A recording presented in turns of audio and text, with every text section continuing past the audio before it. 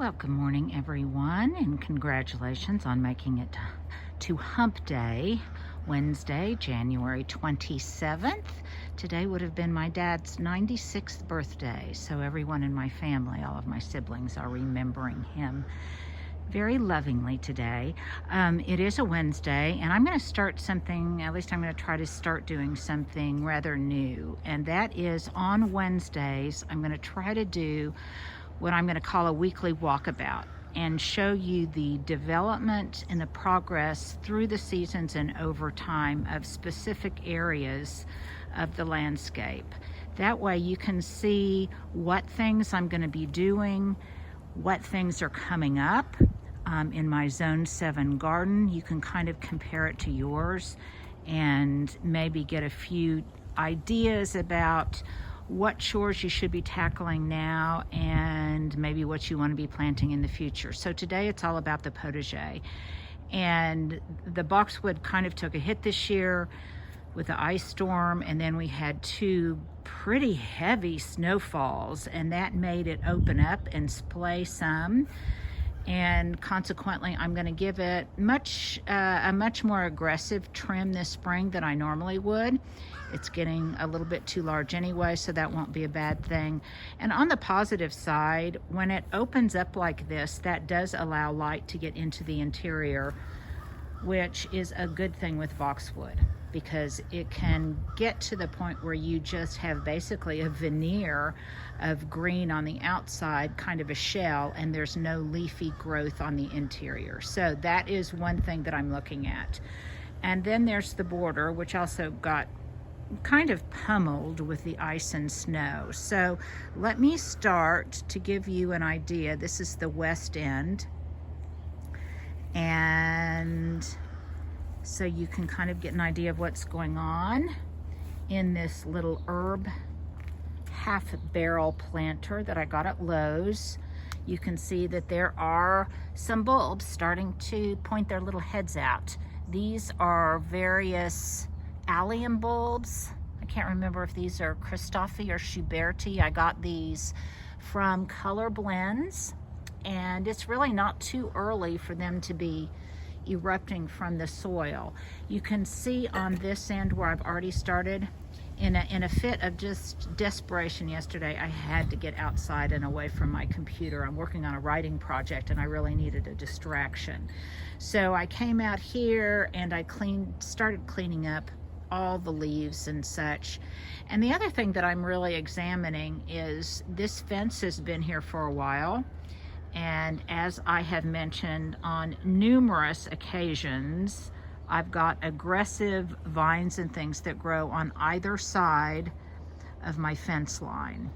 And I'll put, at the end, I'll put a link to the 5 things, or 10 things I think you should never plant. And you can see that there needs to be some fence work, a little touch up on the stain on that lattice work, and you can see behind that lattice work that there's some really aggressive vines growing up between my fence and the neighbors. And so I'm going to have a carpenter look at that and tackle that, as well as some of these other boards that have separated from the profile of the fence. Easier, much easier to do this kind of thing now when all of this is not filled out and lush with green growth and flowers. Much more accessible for anyone that needs to work on your fence. I have things that I can see are starting to come up. It's kind of exciting. All of those little green tufts there, those are all poppies. They need a little bit of thinning.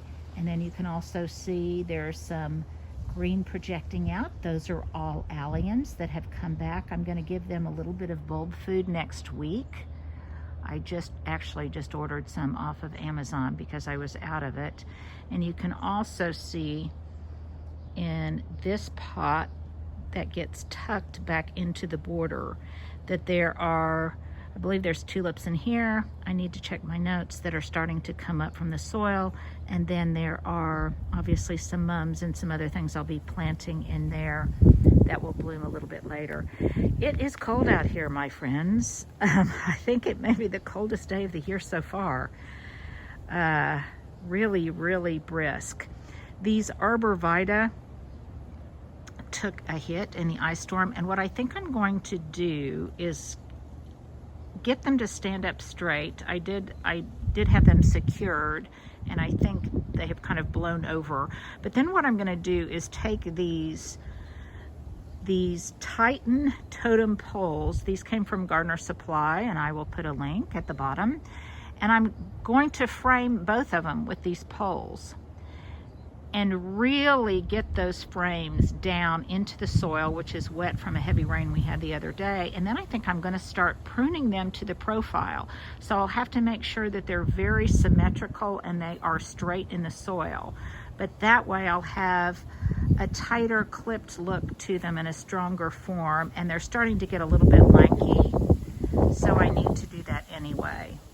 I'm happy to see that all this Chef's Choice rosemary from Southern Living is still hanging in here in the cold.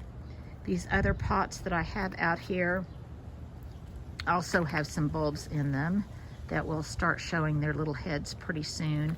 And then there's just all sorts of perennials that are underneath here. Now, part of this is just bare soil. I will clean up the leaves, cut back any of those dead iris strappy leaves, anything else that needs to be cut back pretty soon. And I can safely cut those back because that's not going to encourage any kind of new blooming or new projection of new fresh growth like other kinds of pruning. So you'll notice that I'm going to hold off on the Sunshine Ligustrum. I'm not going to do that yet, and the Boxwood, I'm holding off on that. But I can clean up things. I can look for any kind of snails under here, and then I'll probably come in here with a granular feed and then top dress it with some of my shredded leaf mulch. I also need to do some work on my birdhouse, which took a hit in the storm. That will be easier to do now in the winter. And then that basket's been there for a couple of years. It was a Goodwill find, and I think I need to replenish it with something that's a little fresher and still has its form. I loved that one. But looks like it's gonna go to the compost pile. All of the Nandina look really wonderful, and I'm getting ready to do actually a longer video on Nandina, some that I'm gonna be planting, and then how I care for them and keep them pruned. You can see that there's been a little bit of bronzing in this wintergreen boxwood, and that doesn't bother me too much. It will revert back to green. And also, like I said, I'll be giving it a hard prune. That parsley, that Italian parsley, is really hanging in there. I need to harvest some of it. It's been a little bit windy, so some of those supports have blown over. It just looks a little bit untidy, but it is winter, so I'll give myself a break. This bare area had a variegated golden fortuna euonymus ball in front of it, and I ended up not liking the way it looked. It was attracting scale, and so I took it out. There's a little bit of a bare spot, but you can't see it from the entrance, and that will fill in rather quickly. So sometimes we just make changes that we need to do to keep it looking the way we want it to look. Before long, all of this will be filled with beautiful blooms. The viburnum will be filled out, and it will be ready for us all to enjoy it again. And then next Wednesday, I will try to concentrate on maybe a different area of the garden. And then as this progresses over time, you'll be able to see actually what happens. If I set up a camera, I could do some kind of time lapse. But now is the time to tackle some of those chores that will be far more difficult once everything leaves out in the spring. So that is this Wednesday walkabout for January 27th.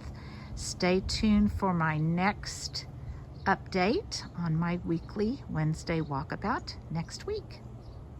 You guys have a great day. Be safe and be well.